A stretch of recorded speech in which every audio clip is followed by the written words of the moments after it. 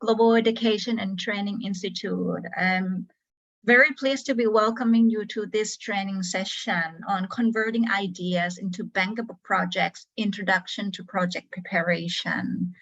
Before I move forward, I just want to flag to you that we have, well, the session will be in English, but we have simultaneous interpretation available in 5 languages: Arabic, French, Portuguese, Russian, and Spanish. If you navigate your Zoom setting at the bottom, you'll see the globe icon. If you click that, you can select these languages, so you can hear also from English or the interpretation from the language that you have selected.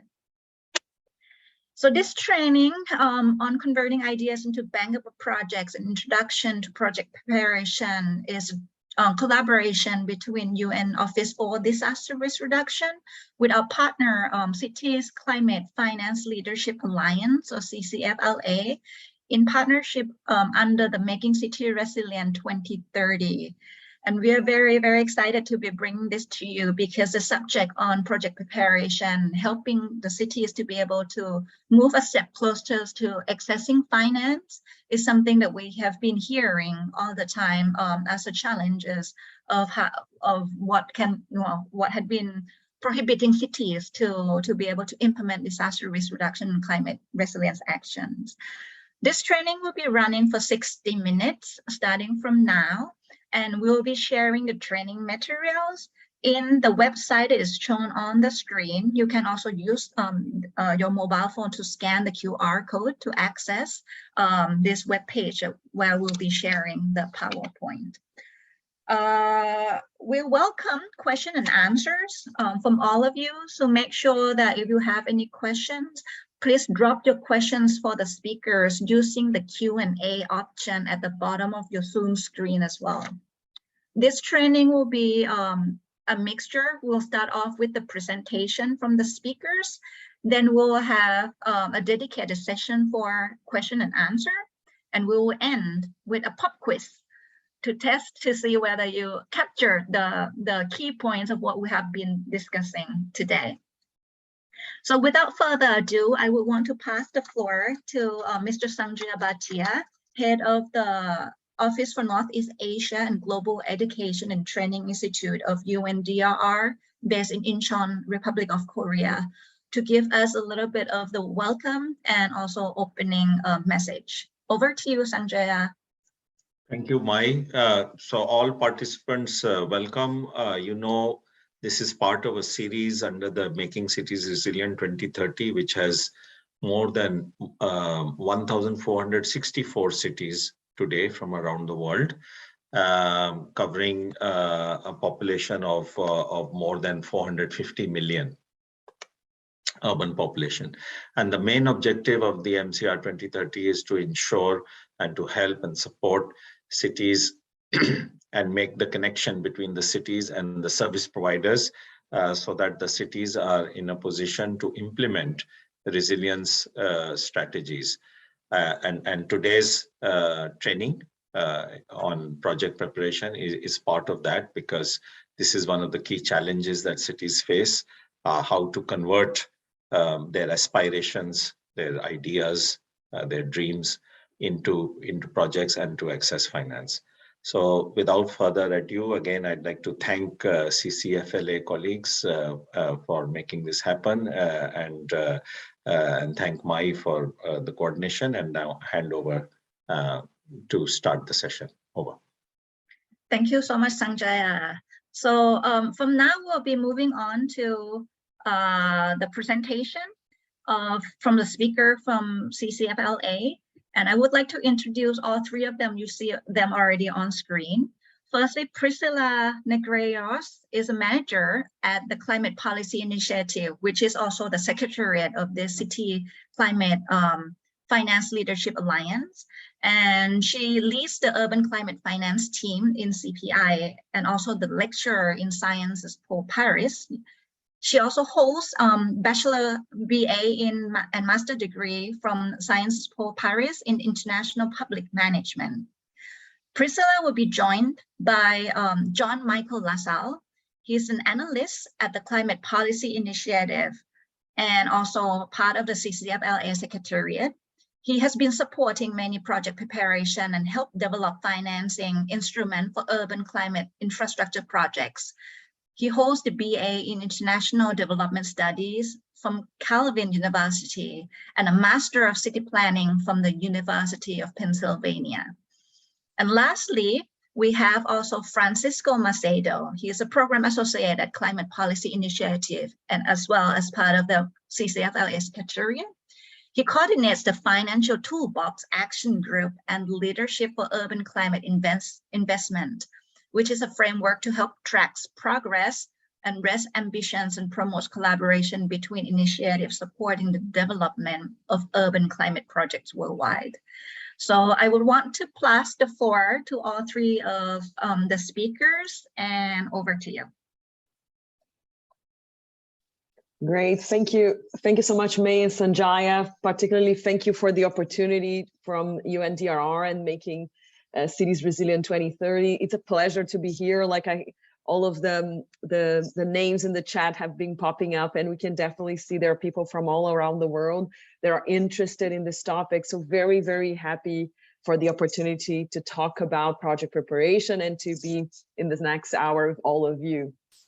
So what we want to do today is give you like an introduction on project preparation after COP27. As many of you are following, we just finalized the negotiations of COP27. We know that cities are key to climate action, and where it will, all the change that we need to see will happen so that we can respond to all of our climate challenges. So it's a big pleasure to be here, but cities will not be able to do everything that they need without the technical support. We know that a lot of cities have challenges in putting all the infrastructure projects together, considering all of the climate related issues and many of the other aspects of the project. So we want to make sure that to give you at least some tools and some guidance on how to do it. So next slide, please.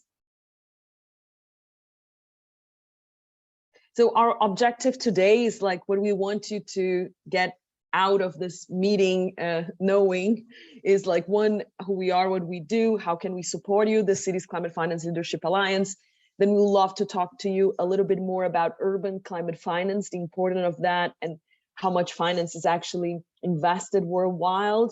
Then we're going to get into some of the details of project preparation, the stages, how does it work, what do you need to know to kickstart preparing your projects. And then finally, we want to show you some of the tools and resources that we have over our website that can help you kickstart this process. And then we will, of course, love to hear your questions and try to answer some of them. So very quick on the Cities Climate Finance Leadership Alliance.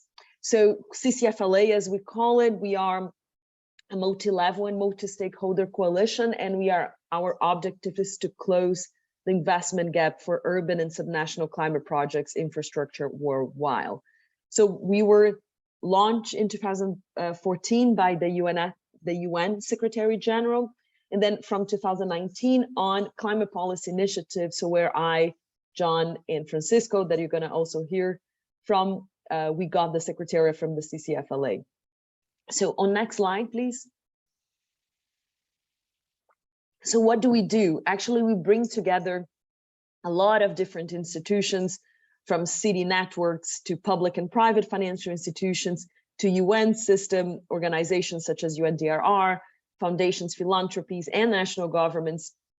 We bring together institutions that are interested in implementing projects related to climate, finance, and cities. So we actually are very we work in this three big words: cities, climate, and finance.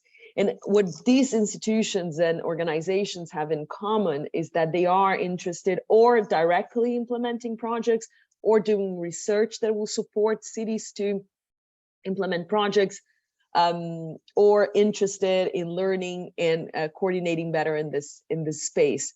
So what do? We put them together, we help them to coordinate, we produce knowledge, understanding gaps and opportunities, and we also try to develop some financial instruments with some of them the big topic among these institutions is project preparation, certainly. So among those 80, we know that there are more than 25 to 30 organizations that have project preparation facilities and are directly working with cities. And one of our big objectives, is to actually coordinate them better, to make sure that they are doing like identifying projects well, doing it the more efficient as possible, and then they are also helping each other to understand how they can support and improve the project preparation assistance to cities. So I'll hand over, I think, next slide, please, to John Michael, who will talk a little bit more about urban climate finance and the relation with project preparation. Thanks. Thank you, Priscilla. So we can go to the next slide. Priscilla mentioned that cities are at the center of our climate challenge, and I want to illustrate that with some numbers. 70% of greenhouse gas emissions either come from cities or are the result of energy use and consumption in cities.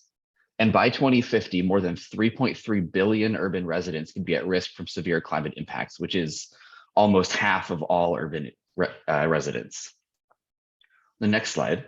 The Alliance does tracking work to understand what investments are being made in urban climate-related infrastructure. And we found that there was $384 billion invested in urban climate projects annually worldwide in 2017 and 2018. And we track these climate finance flows to see how much money is being invested in cities, who is providing the financing, and what financial instruments are being used for urban climate finance. And we've been using that phrase quite a bit so far, so I want to define what we mean. Urban climate finance is resources that are directed to activities limiting city-induced greenhouse gas emissions or aiming to address climate-related risks faced by cities, ultimately contributing to a more resilient cities and low-carbon development. And urban climate finance is a very varied landscape, with investment coming from both public and private sources, using a number of different financial instruments, including grants, several kinds of debt, equity investments, and balance sheet financing, which is just investments made through regular budgets. We see there's investment all over the world, but some regions are seeing much more investment than others. And mitigation, which are investments to reduce greenhouse gas emissions, receive the vast majority of investment, over 97%, while adaptation to build resilience to climate change impacts and dual purpose investments that both reduce emissions and improve resilience are less than 3% of total investments that we're able to track. And there are investments being made in all the different sectors related to climate, but most of the investment is going into buildings, infrastructure, and energy efficiency or sustainable transportation, with far less money flowing into disaster risk management, water and wastewater management, urban development, renewable energy and generation, or any other types of projects. On the next slide, we can see that despite the investments we're tracking, 384 billion is a large number, but it falls far short of cities' needs. I think if you're coming from a city, you've probably seen this firsthand. We've estimated that there needs to be up to $5.4 trillion invested in cities annually to meet their climate infrastructure needs, which is more than 10 times the amount of investment we see today. And which gives a sense of the scale of the challenge to provide enough financing to meet cities' climate investment needs. And on the next slide, we can see cities face a number of barriers in accessing climate finance, which is limiting those financial flows. Some cities have limited authority to plan and regulate urban spaces. Others have capacity constraints to prepare project pipelines that can be invested in, and limited own source revenue collections such as taxes and fees, and limited intergovernmental fiscal transfers from higher levels of government such as national or state governments constrains the amount of investment cities can make on their own. And on the next slide, we can see sound project preparation can help cities to address some of these barriers and unlock additional financial resources for climate adaptation and mitigation to both be more resilient and lower emission. And so By project preparation, we mean the process of defining, studying, refining, and developing an infrastructure project from the initial concept to the point that it becomes bankable, when it can raise financing for construction and operations from either public or private sources. Now, bankability is a key concept in project preparation. A project becomes bankable when its risk-return profile meets investors' criteria, whether those are public or private investors, and can secure financing to implement the project. So the goal of project preparation is all about getting your projects to a point that they can get the financing they need. And some of the factors that will determine that bankability include the probability of success, meaning things like the technical difficulty of the project, the capacity to implement the project, and political support for the project. The expected revenue of the project, or if the project isn't going to be generating its own revenue stream, the credit worthiness of the city or the institution that is developing the project is also critical.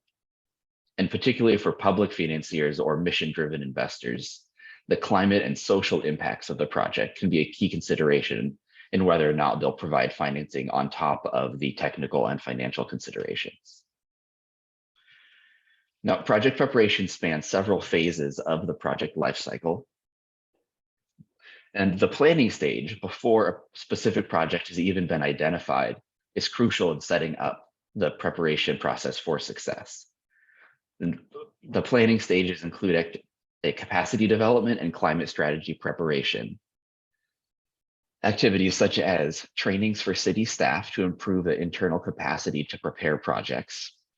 And climate strategy preparation includes things such as data collection on current emissions, target setting, and commitments that can generate or can demonstrate long-term political support for climate action. And as local climate action plans start to identify the key actions that a city can take to address its climate risks or emissions, sometimes they'll identify institutional or policy reforms that are needed to enable either a specific kind of financing or a specific kind of project. Then we start to move into the actual project preparation phase, which starts with concept design, where a project is identified and scoped, and initial thinking about how it is going to be financed takes place.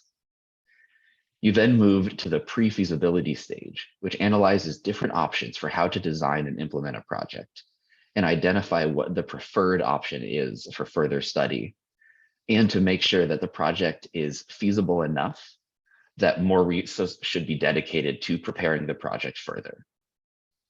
Following pre-feasibility, there's a more in-depth feasibility stage where technical and financial details of the project are studied, including cost estimates and modeling the business case. In many cases, the feasibility stage might also include environmental impact studies and social impact studies to understand the impacts of the project beyond just the immediate climate targets that the project is trying to meet. The final stage in project preparation is structuring and transactions. This is when the financing is secured, contracts are signed, and construction or concessionaire services are procured. Once the financing to construct the project is secured, all the legal arrangements are in place, and then implementation can begin, which is the construction and operations phase of the project.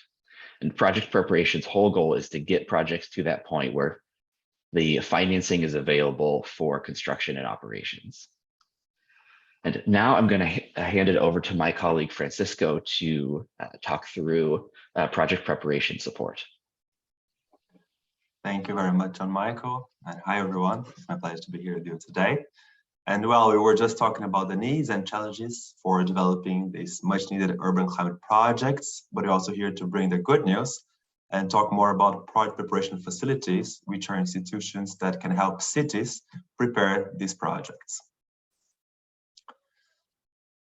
So just going first to the definition, right? So project preparation facilities are organizations, initiatives, or institutions that help cities in developing bankable, investment-ready projects, typically from a project's concept, design, or scoping stage up to the financial close.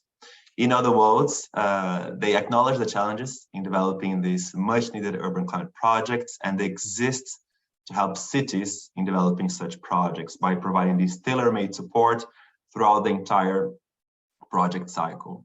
And these institutions, they exist in all shapes and formats, and some of the main characteristics of them is that they differ in their geographical scope, their sectoral expertise, and the kind of support they provide to cities. So just give you some examples on that.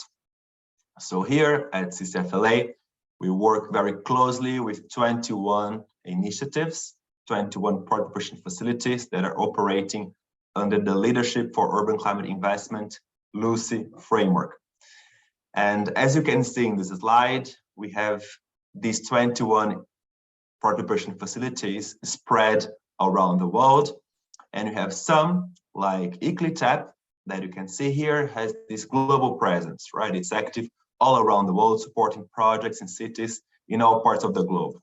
But we have others such as C40CFF or CDIA, which stands for the Cities Development Initiative for Asia, which are focused on particular regions of the globe.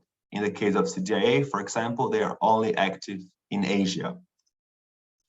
And you can use the same analysis to see that these 21 initiatives we're working closely with, they have this different kind of sectoral expertise. So clustering them by different kinds of expertise, we can see two main groups. So in the upper part, you can see the partnership facilities that somehow are more specialized in 1, 2, or even 3 sectors. So for example, Cities for Forests, right at the top, is very specialized in developing green spaces and nature-based solution projects. But now if you look at the bottom group, you can see the CICLIA, which stands for the Cities and Climate Sub-Saharan Africa initiative. It's a kind of initiative that has this expertise that is very comprehensive, right? They can help cities develop projects that refer to energy, nature-based solutions, transportation, mobility, water sanitation, and waste. And finally, we can do this same kind of analysis to understand the kind of support that these initiatives are providing to cities and how they differ. So in this slide, you can see how they're classified according to the urban climate finance value chain. And you can see a couple of interesting things in this slide. So first, at the top, right now, you can see the institutions that are rather focused on some specific parts of the urban climate finance value chain. So let me give you the example of the World Bank and EIB GAP Fund. This institution is very much focused on helping cities develop their capacity and their climate strategy, as well as starting with the first stages of the project development. So they provide this kind of early stage support to cities in develop their projects by helping them design the concept of the project they'd like to implement, and also supporting them in the pre-feasibility study. And once these stages are completed, what the GAP Fund does is to hand over these projects to other institutions who are more specialized in continuing the project from the feasibility stage onwards. But we also have other kinds of initiatives in this slide. As you can see, for example, we have the case of the African Development Bank, Urban and Municipal Development Fund, or the AFDB-UMDF, which is an initiative that supports cities develop their projects from the very, very beginning of local capacity building all the way until structuring and transaction. So probably now you're asking yourself, but what does it mean in practice, right? What kind of support can these initiatives provide to the cities where I am? So let me walk you through a couple of examples. So first, I'll talk about this example by the GAP Fund. So in 2021, Podgorica in Montenegro was selected by the GAP Fund to implement, to have support from the GAP Fund in developing the pre-feasibility study of a project they would like to implement. And as you might recall, the GAP Fund provides this kind of very early stage support to cities. And this specific case, what it did was to help the city of Podgorica map all different relevant public buildings to help identify which ones were the most suitable for green roofs, and that could be combined with facades as to improve the energy efficiency in buildings and increase their permeability to water. right? So the idea here was that by increasing the green spaces in the city of Podgorica, they will help the city cut its emissions associated with air conditioning and heating. Also, it would help the city mitigate the effects of heat islands, so supporting adaptation, and also supporting adaptation by reducing the risks of floods. Now, jumping to a second example, in this case, we're talking here about the case of Pu'er in China. We have a very different story, right? So I think it's also nice to showcase a little bit to you on how diverse the support of the institutions can be to the cities and how they can really provide this tailor-made support to different kinds of stakeholders. So in the case of Pu'er, what happened was that the city itself had already prepared a feasibility study to rehabilitate the Simao River, which is this river that cuts the city, but that has been suffering a lot with the increase of the urban population, as it was deeply modified and it became a very channelized river and with a lot of water impediments resulting from solid waste accumulation and aquatic plants that were growing. So they have developed this study, but still they wanted support to refine the study, to make it even better. So in that case, they reached out to CDIA in 2021 and asked them to review their plan. And after their review, CDIA was able to help the city incorporate important elements of the river rehabilitation project into the overall city development strategy, assuring that the rehabilitated river would remain in better conditions after the project was implemented. So aligning the city strategy development with the rehabilitation plan. So if our presentation has been successful so far, which hopefully is the case, you should be asking yourselves, okay, but how do I get support from all these project operation facilities? And here it's important to stress that each project operation facility has their own system to receive applications. But in general, we can say that there are two main kinds of application windows. We have those institutions that are continuously receiving applications, right? So you can go to their website very often and apply for support. And you have other kind of institutions which open special calls for applications and in that moment, different cities can request the support of these institutions. And the differences between project preparation facilities also exist on the kind of information they request to provide support. But the applications usually have some kind of usual elements, right, which are present in all different application forms. So for example, they often ask about the project description, so as to understand if the sectors and regions, for example, are in line with their eligibility criteria. They also ask questions about the proponent. Then something else they do is to ask questions about the impacts and additional benefits of the project. So questions like, oh, will this project create any jobs? Who will benefit the most from this project? All these kind of questions to understand who will benefit the most from the project. And then they also ask about different kinds of studies that were already completed beforehand. So were there any existing studies that have already assessed this project implementation? And finally, they ask as well about the financial rationale of the project. Will there be any revenue streams? How are you willing to implement this project? Who's going to finance it? Will there be any kind of national government support? So these are all the questions that they are asking in general. And I'd like to close this by saying that right now there are a couple of application windows which are open, and I'll share more information in the chat, but the GAP Fund, CDIA, ICLI-TAP, BRD Green Cities, GIF, and CICLIA, they all have application open right now. And now I'd like to pass the word back to my colleague, John Michael, who will talk more about the different CCFLA tools and resources available to support you in preparing your projects. Thank you very much. Thank you, Francisco. So now I want to give you some really concrete places you can go to find information and resources. The first one we want to talk about is the CCFLA Project Preparation Resource Directory. We developed the directory as an open online a global directory of project preparation facilities that support subnational governments, including cities, state governments, or even utilities or other local institutions in developing climate projects. In the directory, you can use filters to sort them by your country to find who works in that geography, the sector of your project, the stage your project is at within the project preparation stages that we discussed earlier on in the presentation, the types of the support the PPF could provide.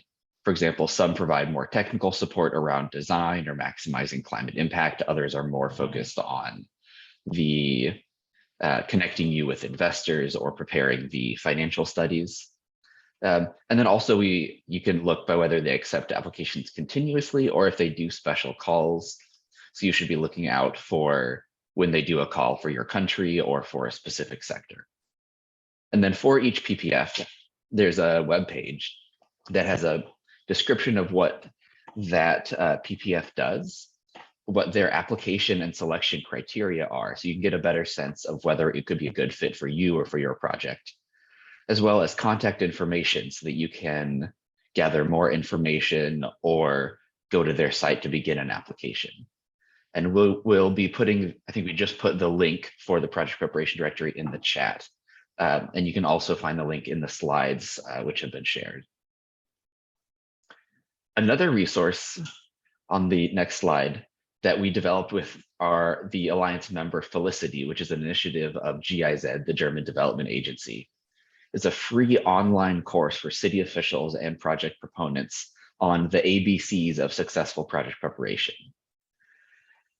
And this course provides an introduction to the fundamentals of project preparation and sector-specific modules, and you receive a certificate at the completion of this course. And it's much longer and more in-depth than we're able to go into during the session today. Currently, the course is only available in Spanish, but we are hoping to make it available in more languages in the future. The next resource I want to mention is a glossary of project preparation terms. There's a lot of specialized languages that's used in project preparation or by project preparation facilities, as you may have noticed even during the talk today. This is a resource that provides standardized definitions in English used by PPF so that our CCFLA members on general terms related to project preparation, how the different sectors are defined, what the different project stages are, and what the activities that PPF support are. We also are currently developing a taxonomy of urban climate finance instruments that will be launched by the end of this year. These are financial mechanisms that can be used to finance urban climate infrastructure. In addition to just providing a list of all these different instruments that have already been used and tested, you can search by sector, the source of funding, whether the objective was reducing emissions or increasing resilience, the size of the city, since some financial instruments are more suitable to larger cities and others to smaller cities, as well as the country income level. And this is a tool to help you narrow down the potential financing models and mechanisms that could be suitable for one of your projects, and to get an idea of all the different things that have been used around the world. We've also produced 3 short introductory briefs on what is project preparation, what is bankability, and what is a project preparation facility. These are 2-page high-level introductions that present similar information to what you've heard today that you can use to easily share with your colleagues or brief them or use them as a reference.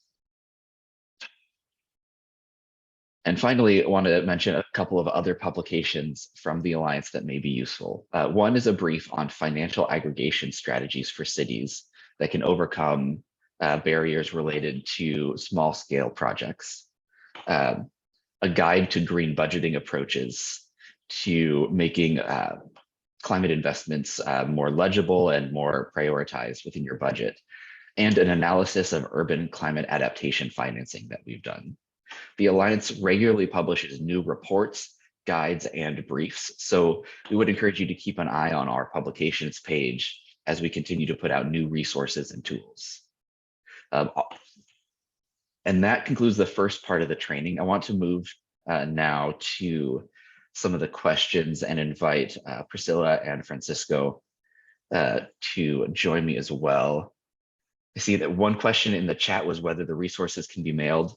All of our resources are digital and they are all free to access, so you can print them out, but we do not produce physical copies of our reports. John, maybe I can jump in. I saw some Please. of the question too. So a question from Susanna: has any project been developed in Chile? I think the reason why we have the directory that John just presented is because we could realize that a lot of cities were asking the same questions, like how can I have access to this project preparation facility that works in my country and then could support me in a specific project. So we definitely support you to visit the directory and look for project preparation facilities that are working in Chile. You can actually make the search by country or by sector, so both could work. And all of them, we are very focused on looking for the project preparation facilities that are working at the city level. So they might work also with national governments, but certainly they work in the city level. And I would just answer another question, and then I can give the floor also to Francisco and John. The first one that we got from Mukul: how city municipal corporation mobilize climate finance? It's a great question, and it's there's no easy answer there. I think it depends a lot on the type of project that you're trying to mobilize. So what is the sector that you're working on first? Then is it an infrastructure project? Is it a project that could be funded by own resources? Is the project actually have some revenue coming from the project? So it's a lot of the first a lot of the processes that go through preparing the project. So for the project preparation stages that John and Francisco mentioned to you would help you to answer this question. One specific thing about city municipal corporations that might be good is that a lot of cities cannot actually raise finance from private investors, but maybe corporations that are public and private, financial are mixed public, mixed private. They can also issue bonds, for example. So there are a lot of different options in terms of financial instruments that the cities could use. Unfortunately, we still haven't launched the last toolkit that we showed you in the presentation.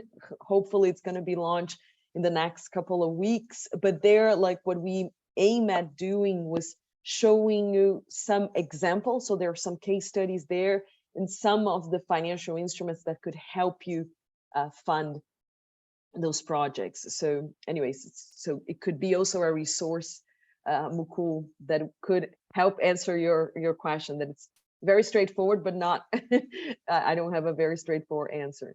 But anyway, Francisco and John, if you want to jump in to answer the other questions.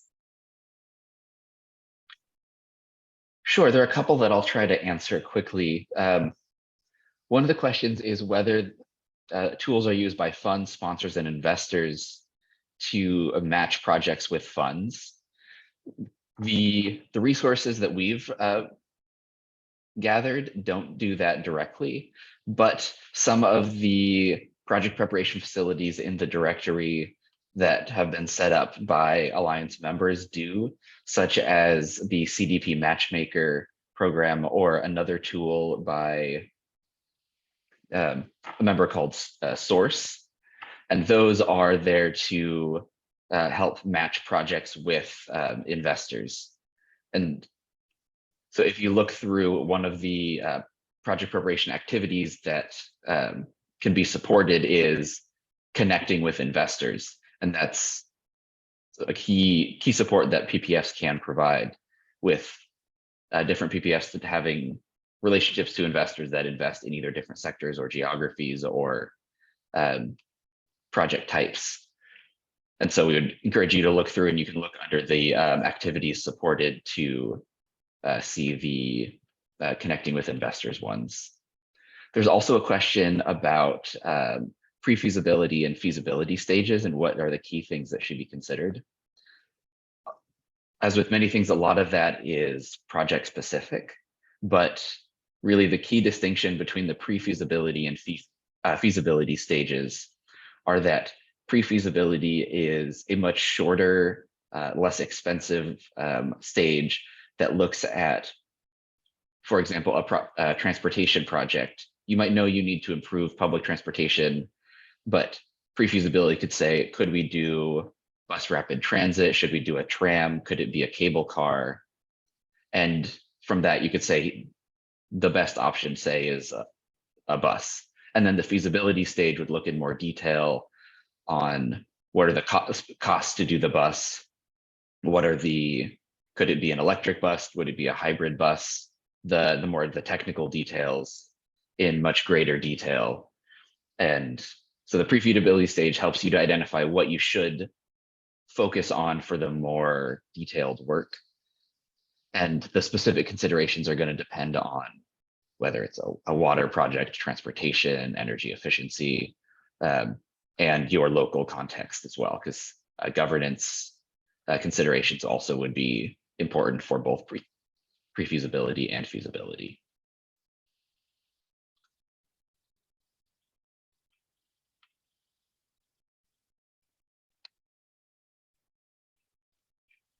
So if I may point out, one question is about how long do these PPFs usually respond or take to respond to cities upon receiving application for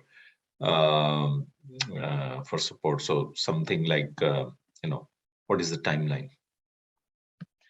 Yeah, so that can vary depending on the PPF, but one of the pieces of information we have on the page for each PPF in the directory is what is the application and support timeline. And of course, that can vary depending on the needs of the project, but it can range from a couple of weeks to a couple of months generally. And we try to give you a sense of how long it will take when you look at the page for that PPF, so that you know I need support in the next year, or I'm at the very early stage and have more time to know, one, how long is the period of support that they provide, and how long from submitting an application to them accepting your application to them starting to provide assistance. I think we also got many questions concerning the Preparation Resource Directory and asking us to show a little bit of how it works. I'd like to share my screen just to walk you through so that everybody can know how to use this tool later after this event. So I guess you can see my screen. So here, this is the Preparation Resource Directory. As you can see, it's a web page. We shared the link already in the chat. We will do that again. And the idea is that this tool can help you find what is the right preparation facility to you, right? So the idea is that you can use this to your interest to find what is the most suitable for you.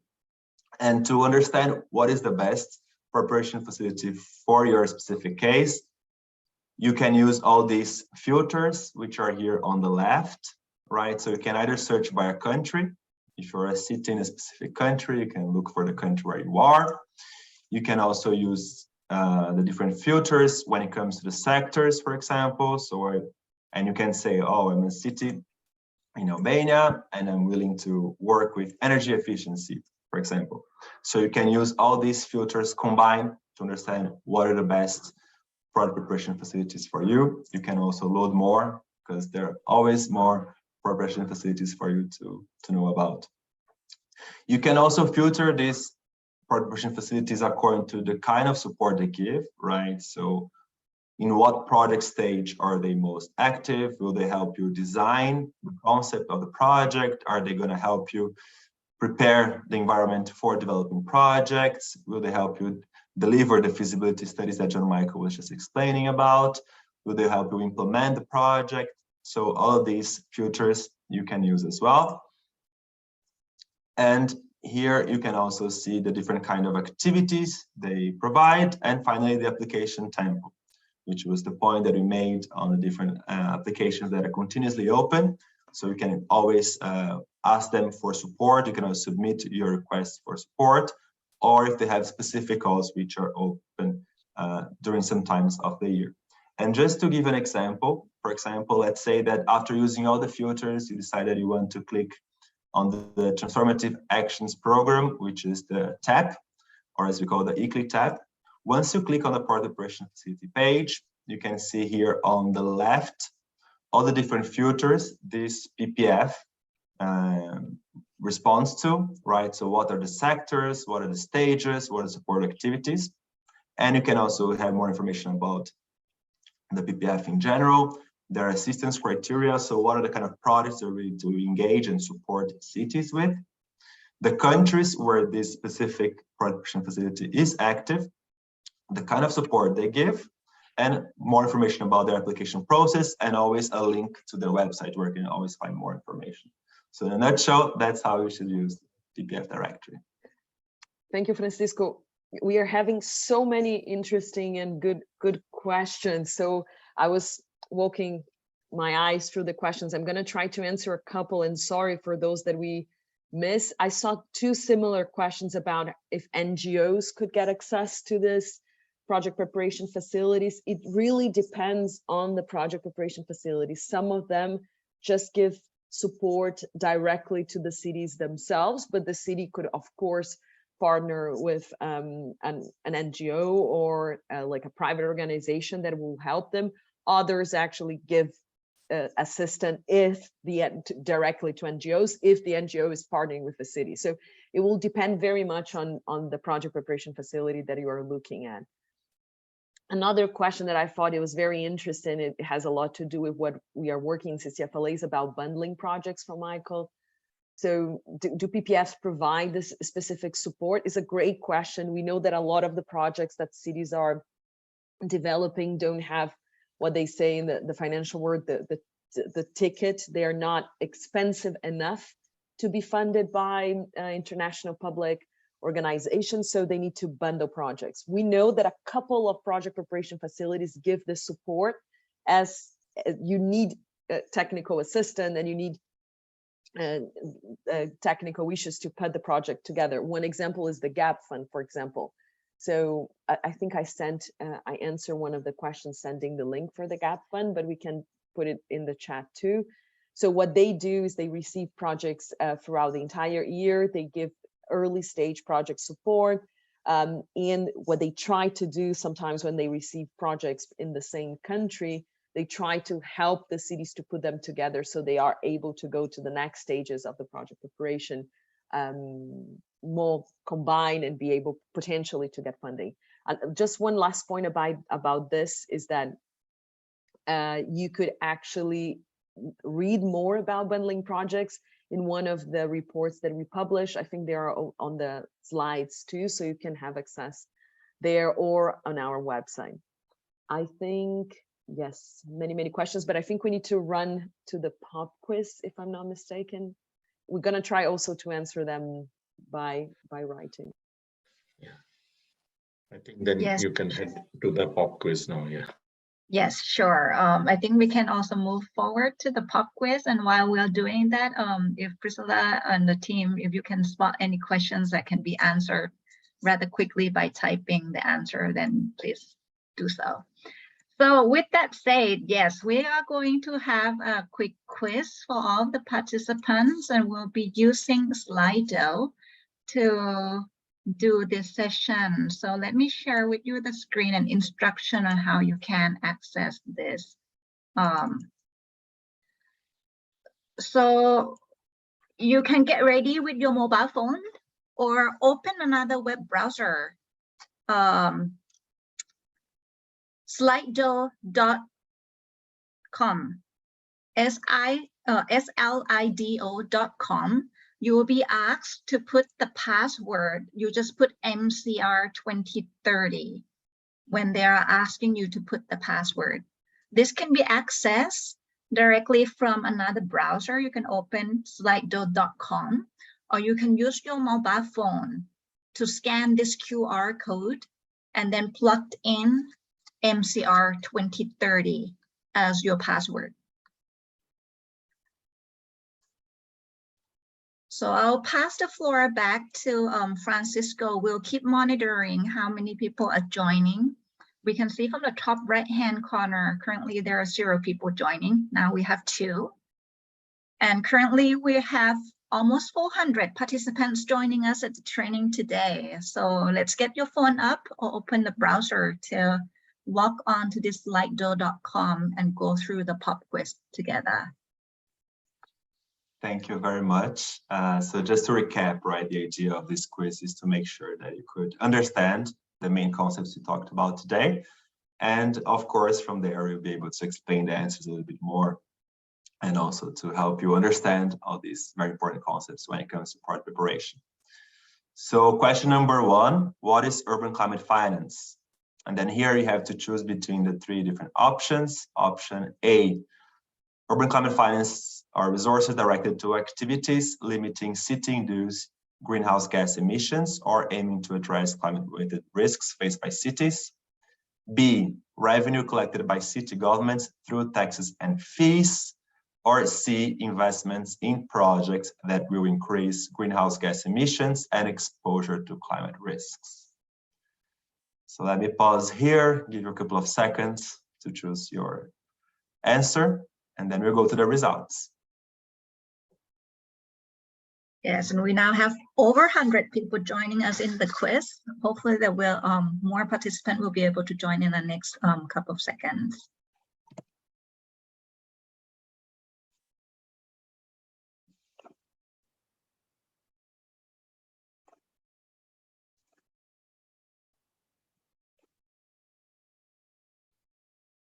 Okay, I think let's try to go to the answer for the first question, shall we, Francisco?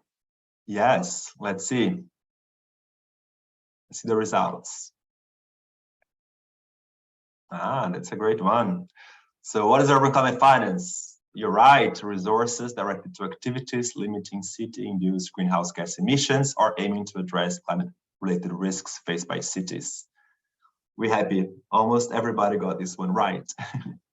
Let's go now to question number 2. Question number 2, what is the goal of project preparation? A, identifying projects with the greatest climate impact. B, preparing a project to the point it can become bankable and secure financing.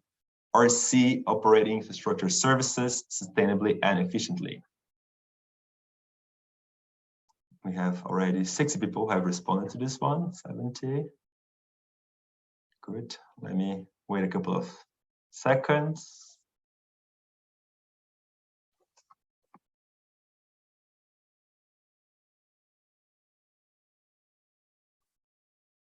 Okay, when we hit maybe 150, we can go to the answers. Yes, that's what we get. Okay, so most of the people got it right again. That's very good. We got a lot of people saying that the goal of project preparation really is to prepare a project to the point it can become bankable and secure financing. Very good. Next question, please. Question 3, and that's a true or false one. So the statement is, a project can be bankable to some investors and not to others at the same time. So A, if you think it's true, and B, if you think this statement is false. So far, you're doing very well. Let's see with this one. This is a trickier one. But you still got it right. It's true. As the bankability of a product depends on the characteristic of the product itself, it can be that some people think that that product is very ready to be invested, but some others might think that some information is still lacking. So it's right, a product can be bankable to some investors and not to others at the same time. Next question. What are some of the barriers faced in investing in climate infrastructure? A, limited authority. B, limited capacity. C, limited capital. And D, all of the above.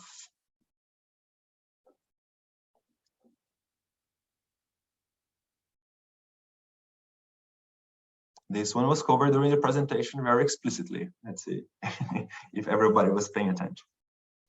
Ah, yes, everybody was paying a lot of attention. All of the above, you're right.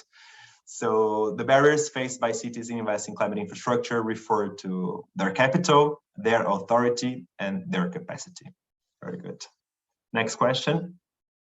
That's a true or false again. So question 5 is if you think this statement is rather true or false. So the statement is project preparation facilities only support project development and cannot help my city build the capacity needed to design projects.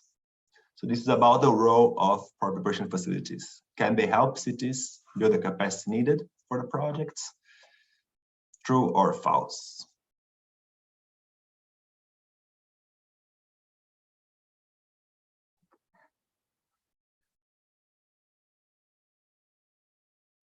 Let's see what people say. False, you're right. So project preparation facilities can help cities in both things, right? They can help cities build the capacity which is needed to develop projects. And after that, they can also help cities develop the product itself. So they are helping cities in these two ways. Question 6, please. How many phases does a typical project preparation process have? Right, so according to the model we showed to you, how many steps were there when it came to project preparation? Option A, there were 2 steps. Option B, there were 4 steps. Option C, there were 5 steps or phases, as we call here.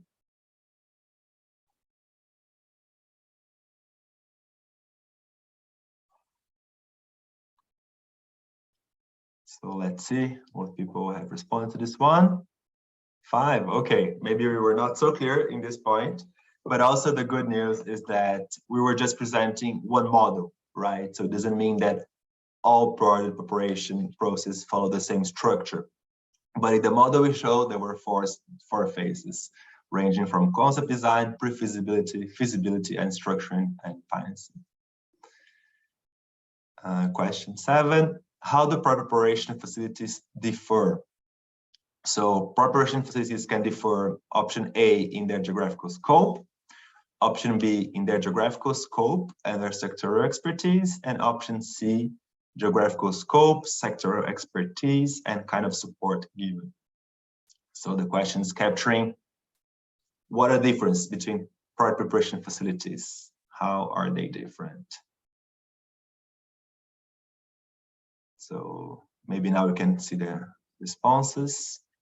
Yes, everybody got this one right, almost everybody. So project preparation facilities differ in their geographical scope, in their sectoral expertise, and kind of support given. So you always have to find the best PPF for your case, and for that you can use the CCFLA PPF directory. Now we wrap up to the last question. Where can you easily find information about project preparation facilities?